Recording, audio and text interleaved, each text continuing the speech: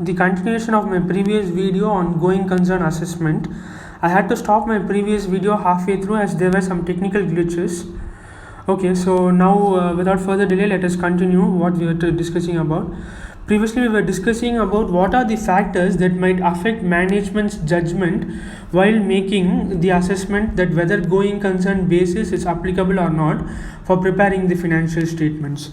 In that, we were discussing about the second factor. The second factor was saying about the size and complexity of the entity and nature and condition of its business may also affect the management's judgment in making the decision about the going concern basis applicability. So what is this? The size and complexity. Now let us have an example. There is a company called as Gibson Guitar Factory. It was raided by the federal government for illegally smuggling of endangered wood into the country. Then it took them more than $250,000 worth of Gibson's inventory was seized, and also Gibson was slapped with a huge fine. But still Gibson is considered as a going concern in that year. This is because of the size of the company. Compared to the size of the company, this $250,000 is not a big amount. $250,000 may be a big amount for other small SMEs, but for this big company it was not big enough to question its going concernability. And now let's also have another example. This is a much known company, General Motors. General Motors went into bankruptcy in early 2000, but however in that year their going concern was still considered as viable. That is, their ability to continue as a going concern was not questioned. This is because federal government stepped in and they gave General Motors a bailout and a guarantee. So these are the scenarios which relates to size and complexity of the entity.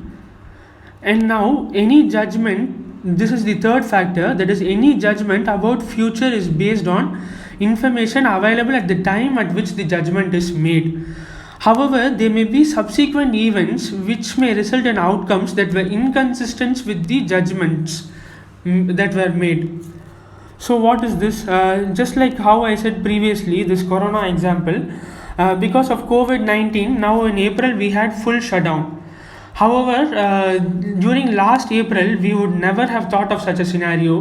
So we would have made judgment that in April of 2020, we will have a turnover of around 20 lakhs or 30 lakhs or whatever it is. But now we didn't have sales at all because it was locked down. So these are the events which happened subsequent to the making of judgment. So these have affected the outcomes. So that is what these are the three factors which may have a huge impact on the management's judgment of going concern's applicability. Now let's go into the next thing. The management has to disclose any material uncertainty that may affect its going concern assessment. So what is this? The material uncertainty means events or conditions that cast significant doubt on the entity's ability to continue as a going concern. So these are basically the going concern indicators, which we will see further in the next subtopic. So these going concern indicators indicate that the management may be unable to realize its assets sufficient enough to discharge its liabilities in the normal course of business. So what it has to do, it has to close down business and it has to sell all its assets, and with the proceeds it has to settle its liabilities. That is basically it has to liquidate its company. Next, relevant factors to be considered for going concern assessment. Current and expected profitability. So what does this current and expected profitability means? The current there may be some negative financial trends and also recurring operating losses. These all must be considered while making the going concern assumption.